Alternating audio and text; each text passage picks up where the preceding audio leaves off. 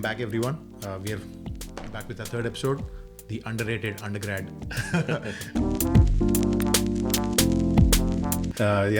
Just came up with that. The reason behind it is very underrated in terms of the decisions we make in life that shapes your pathway pretty much to a lot of things you learned.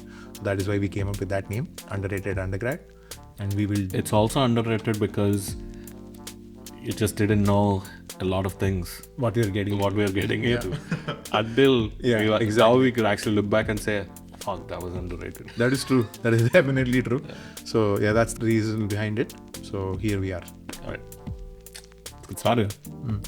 That transition after you were just done with your 12th grade and now you're trying to get into this college is actually huge, right? Because suddenly the decisions that you're going to take will have not only a small impact, near-term impact, a long-term impact on how your life is going to be shaped. I think we did not know that. We have no fucking idea about that. And the ranks that we got, at least I got, was not as great as it could be, right? So now we have to figure out which college we are trying to get into. Yeah. So we, after a lot of discussion, we narrowed it down to Geetham University, which became university that first time. So that was I'm probably I'm the one. Yes. I'm the first one.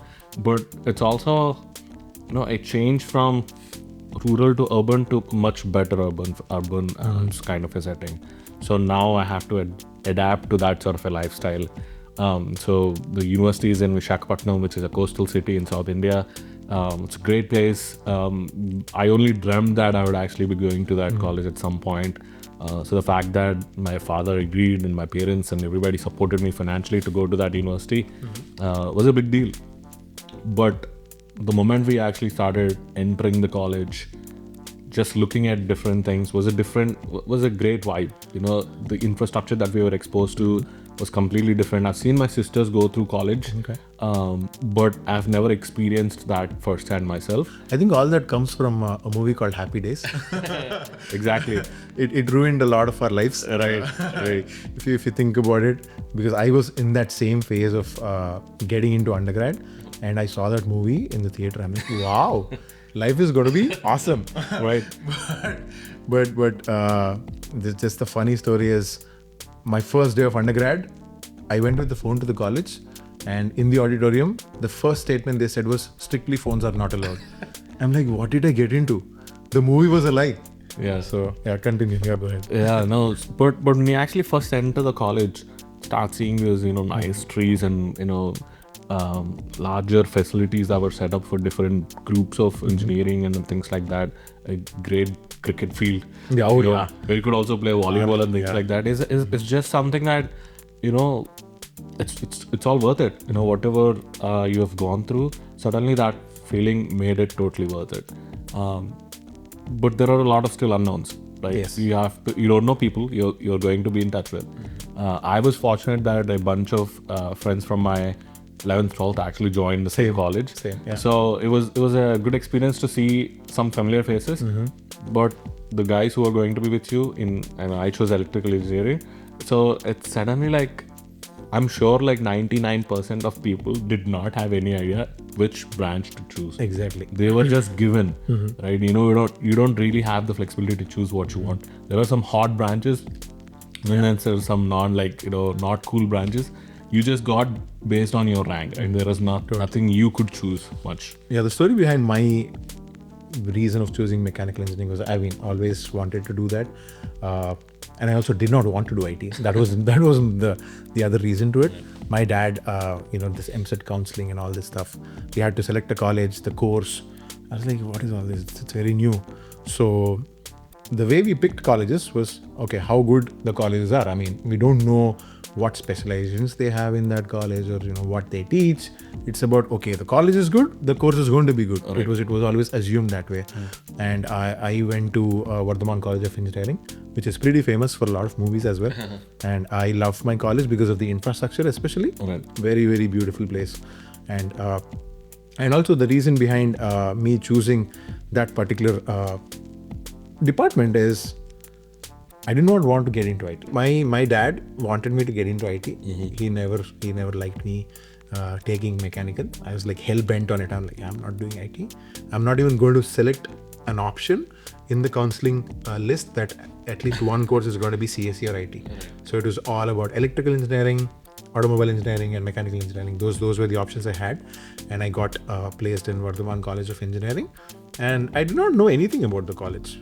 Honestly, I didn't know how the college looked like. I had no clue whatsoever. The only thing I had in my mind, Happy Days. That's all. The movie that was the only thing that was running in my mind. How much fun am I going to have? What are the things I'm looking forward to? That was the only thing running in my mind. So, Yeah, I think the first couple of years when you actually go to that sort of a college environment is a sudden but nice change, right? You have this group of friends, you have exposure to different types of courses, you're doing something hands-on, which I don't think you ever had a chance to do that. Suddenly a lot of things that were taken care of by somebody else before, now you have to take care of themselves yourself, right? Totally. The way you do your laundry, the way you set up your clothes, the way you set up your wardrobe, things like that were never existent before. Like somebody else is doing that for you, somebody else is cooking for you. Now you have to figure out what to eat at what time. Luckily, that all that was still the same for me. I was not in a hostel, luckily. Right. So everything was still the same for me. I'm glad. That's a great experience, right? For me, it's a completely different city, and now I have to experience that change. Even though I was in hostel before, it's a huge change for me. Like everything, I have the freedom and responsibility to take care of myself. The best part was to think about it. I went from a 2-storied building of 1+1+2 to a huge campus. Huge campus where I felt free. A lot of freedom to. Yeah, I was like, wow, this is good. It's not a cage anymore. It's not a cage anymore, right? So I'm like, wow, okay, this feels good. This feels nice. So yeah, to think about it, that is one more point I just came into my mind. Right. Yeah. And after that, you make these friends, you grow into these little friendships, which lasted lifelong, right? You didn't know at that time. Now you could actually call this guy who is my friend. The first time I met him was in my college, and he's there today. She's there today. These guys stuck together as family, which we didn't know at that point. But through that 4-year journey, that's when those really, really strong relationships have started budding. I think that first 2 years was really key in establishing strong friendships. And you also start seeing what a failure means, right? Before that, a failure is like you're playing some random game and you lost in that game, and that's what failure is. Yeah. But once you start getting into college, you start failing in relationships, you start failing in courses, you start failing in things that are that you just didn't know that you're not good at. Things like that are a good emotional change that you start using to learn more about. I felt. I still remember the first day. The first day was an orientation. I went with my mom. She was there, and it was announced in the auditorium that phones are not allowed. I'm like, what did I get into? And I started feeling like, oh, my life is doomed. It's like a very strict college. So I don't know what to do. I was like, yeah, Happy Days was a lie. So I went back home. I was like, do I need to change my college? Do I need to, go into a second counseling? We always had that option, right? So I was debating about it. But my mom was like, okay, try it out. Go see how it is. If you don't like it, then we'll see. You have a month of time. Right. So I'm like, okay, fine, I'll do that. But in the back of my mind, I always wanted my undergrad life to be exciting, entertaining, exciting, much more than anything. So I was this personality where the first day of my college, when I went by myself, I wanted to get ranked. Oh, nice. I don't know why. I was like, I really wanted to make friends, I guess. Right. Your seniors, I wanted to see how it feels like. Seeing in the movie. In good sense, it's a good sense. Yeah, Socializing. as far as you're having fun, it's fun for everybody. It's a very good way to interact with your seniors, make very good friends. And I bunked classes to go get ranked. So that I can make more friends. And that part of networking is very underrated. It is definitely underrated. And during that phase, I mean, you know Vamshi. Right. I met Vamshi during that phase of my life. Is along with him, there were a few other friends that I first got ranked with. Right. I later realized they're my direct seniors. So we played cricket with them. So that was a very exciting journey for me that began there. Our college has a very, very good cricket ground. We were really excited for it. Every year we had this inter-competition between departments and between different years as well. So I still remember this semi-final match. It was between us and our direct seniors, WOMC's team. So the catch to that was the final was played under lights and in front of the whole college, and we were still in our first year. Wow. Right? It was a prestigious thing for us. We're like, we have to beat them in the semi-final because we wanted to be in the final, and playing in front of the whole college under the lights. No big deal. I mean, it's something else. You cannot take away that joy. But we sadly lost that match. I still remember our entire team shattered that evening, and but the But next that's day, one of your failures, right? Exactly, You yeah. didn't experience that before. exactly. But the next day we went to support our seniors, Right. because it was our mechanical department. We have that feeling that it is our department and we are in finals. So we were in that dugout, and we were cheering for our seniors, and yeah, it was a lovely thing. We have this thing like Coca-Cola, Pepsi, mechanical sexy. that was our tagline, and we had lots of fun. And again, in the back of my mind, back of our entire team, we were thinking, yeah, we should have been there, but here we are. Right. But you start to embrace those failures. Okay, it happened. We have to move on. Right. So it was a very difficult thing for us, and things like that kept happening. But that was later part of in the first year. Right. And academics start kicking in too, right? Suddenly there are courses that above your head, you just have no idea. You start getting into the meat of engineering in general. There are motors that we were dealing with. We just didn't know how a motor works at that time.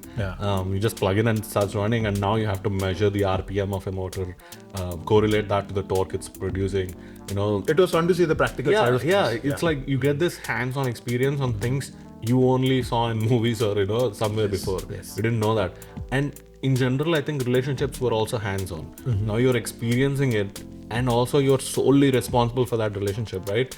There is no parent behind you who's trying to regulate what that relationship should go like. Yeah. As long as you're in the college, you're the one who is defining that relationship. So that felt, I've seen myself, I've seen others handling such relationships, and I felt those were really, really key on how they evolved as a person from that point. Yeah, the best part of the initial days were traveling in that college bus. Right. It was like an hour-long journey one way, because our college was on the outskirts, close to the airport in Hyderabad, and it was a wonderful journey. We in the beginning, in the initial days, we were getting to know each other. We still had faculty in our bus. Yeah. We had lots of fights with them, because after a point, once you get close to each other, we started playing different games. It's an hour-long journey. Right. What would you do? Yeah. Just look at each other's faces? Right. No. And we were not allowed phones, so there was no music that we could hear too. So all we could do was interact. And during that phase, we played a lot of games in the bus, Antakshari and things like that. And even during then, the faculty was like, "Yeah, keep quiet." Like, no, we are not keeping quiet. So So you didn't use your phone for 4 years? I did secretly. Yeah, we did a lot of stuff. Yeah, definitely. Phones were allowed for us, so we were always Phones were not allowed for us. We had these random checks that happen in the classroom. We actually bribed some of our security guys as well, that okay, we'll give you 200, keep the phone with you. If the checking happens, make sure that it's not caught. So we did all kinds of stupid stuff like that, because we had no other option. I mean, how would you not take a phone? Right. We had access to phones, and all I was doing is under the bench I was texting, who do we play cricket match against today? Okay. Every day that's what's going on. So every day at like 3:30, if we had the last class, we would bunk that one and then just go play. Yeah, we did mass bunks as well, but there were certain times that some of the guys from the class snitched on us, saying, yeah, this guy was responsible, this batch is responsible for the mass bunk. And we got all kinds of shit from the professors and from the HODs, that you cannot do this, you cannot do that. We had these ID cards that we had to wear no matter what. So yeah, we had a lot of strict rules, but I think we tried to make the best out of what we could.